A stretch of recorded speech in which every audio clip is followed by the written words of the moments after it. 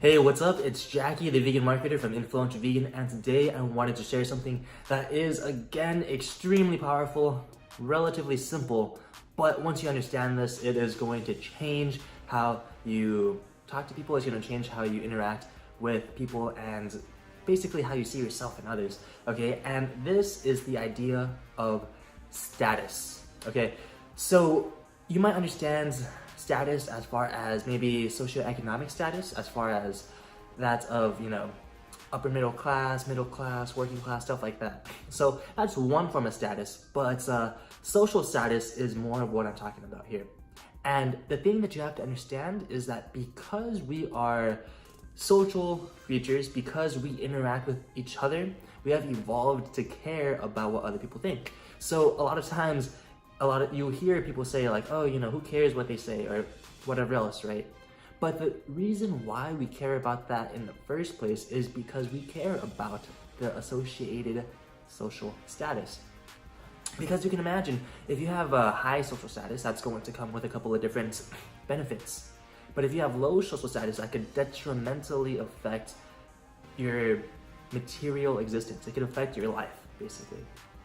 How people see you, how people engage with you. Social status matters. So it's more than just how you portray yourself, right? How you talk and the type of money you make and the type of clothes you wear, how you look. Those are all signifiers or symbols of status. But in addition to that, it is also the type of identities that we hold within ourselves and the different things that we think associated with those identities include, okay? So what I'm trying to say here is that social status is extremely important, and you have to take this into consideration whenever you're crafting a certain message. So let me illustrate this with a quick story. So back in high school, I was a relatively good student, right?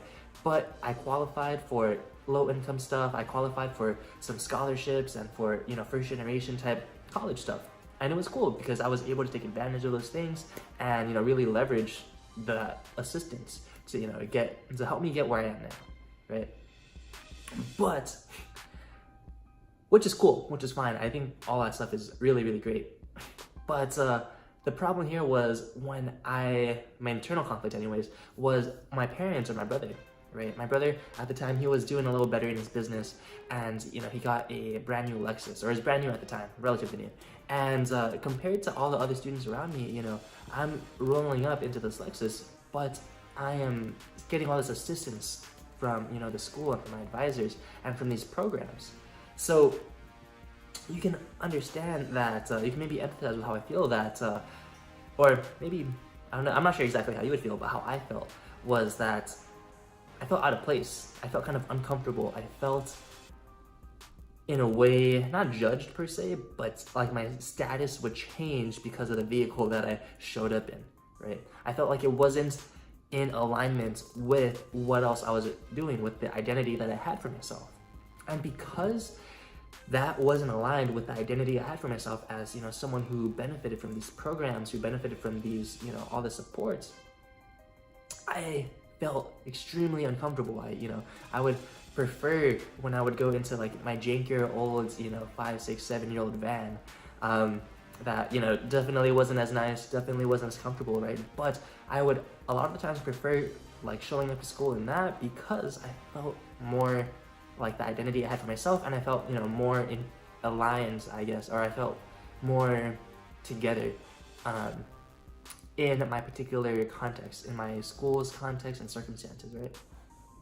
And a completely different scenario, right, is if I were to have gone to a different school that valued different things and had a certain identity around that, then maybe showing up in a, old van wouldn't have been that would have made me feel uncomfortable, right? But the thing is, even though something would be, objectively better, right? More comfortable, more expensive.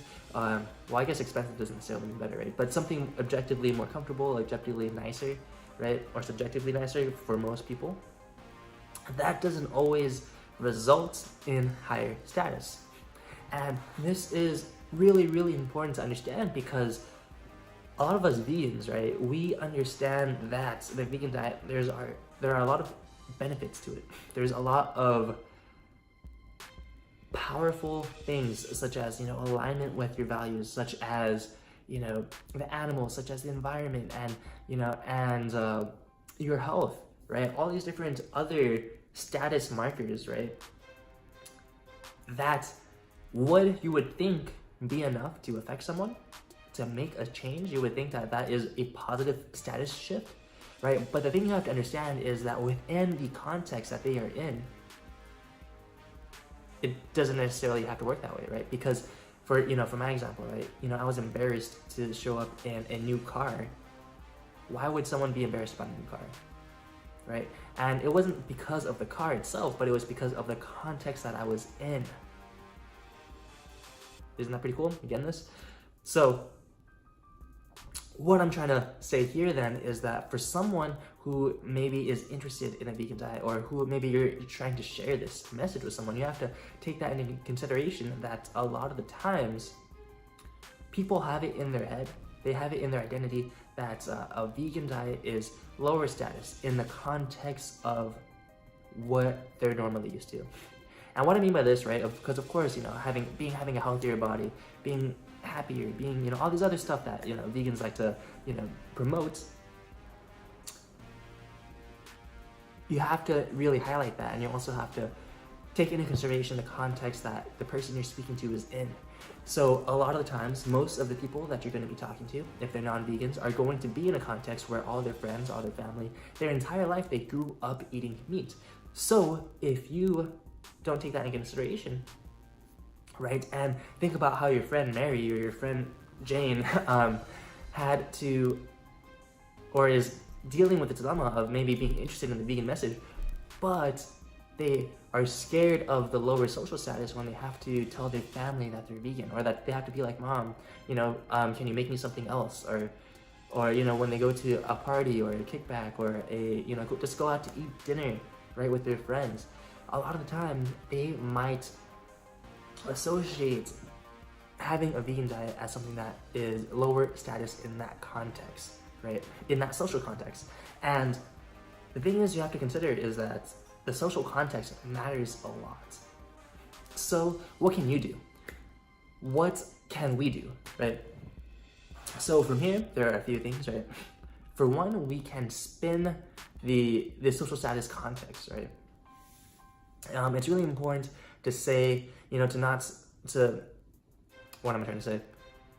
To not say that you have to, be against everyone else, because when you are against everyone else, you're going to, most people will probably associate that with lower status, unless, they are also, you're trying to play that angle of like, the exclusive, right? But the majority of the time, the message that we're trying to share is not about exclusivity, right? It's about the other benefits. It's about something greater than yourself. It's about increasing your social status in other areas, right? So the thing is, when you are communicating to the person that you're trying to share this message with, you have to understand that you have to spin it in a way so that you have to create messaging in a way that says that, or that conveys to them that they do not have to lower their status in order to go vegan, right? They do, it could actually be a beneficial status increase for you, okay? So I know this is getting kind of heady, right? I'm using status a lot, and what does that even really mean? But you could just imagine, if someone feels cool or not, would they feel cool or would they feel less cool if they were to do something, right? And this is one of the core things that you have to consider, and one of the core things and the foundational things to good copywriting, right? Or good salesmanship in print, right? So whenever you're reading something, whenever you are talking, there are certain aspects that you can use to convey a certain point. And one of the most effective ways of articulating this message, right, so that someone can sell something, is that you use what we call a transformative language, okay? So before, what you have, right, so you have your thing here, your product, your service, your message right here, and this is them before, this is them after.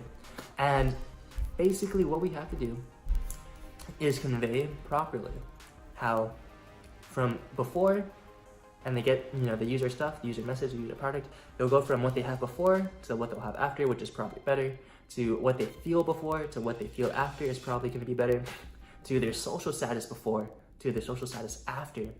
It's probably going to be better after they use our product, after they apply our message, right? And the deeper you go, right? So it's that superficial level of what they have, and then it's that level of what they feel, and then the next thing is the status. So I really want to get this point across, is that understanding how someone feels is really powerful in creating a powerful message, but even deeper than that, understanding the status, the social status behind their position and where they are in life and where they can potentially be at after your message. You have to be really deliberate about how you create that status or create that shift, that transformation, because otherwise the person who is listening to the message is just gonna make whatever assumptions that they have already heard from before. Okay, so you have to articulate that in a very convincing way. So with that, this video is getting pretty long, but I think I nailed the point in about the importance of status, the importance of social status.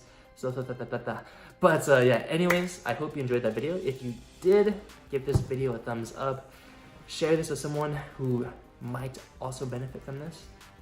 And yeah, no, if you watched this far, I just want to say thank you. I appreciate you watching and hanging out with me this long, and I will talk to you soon. Okay, so have a beautiful day.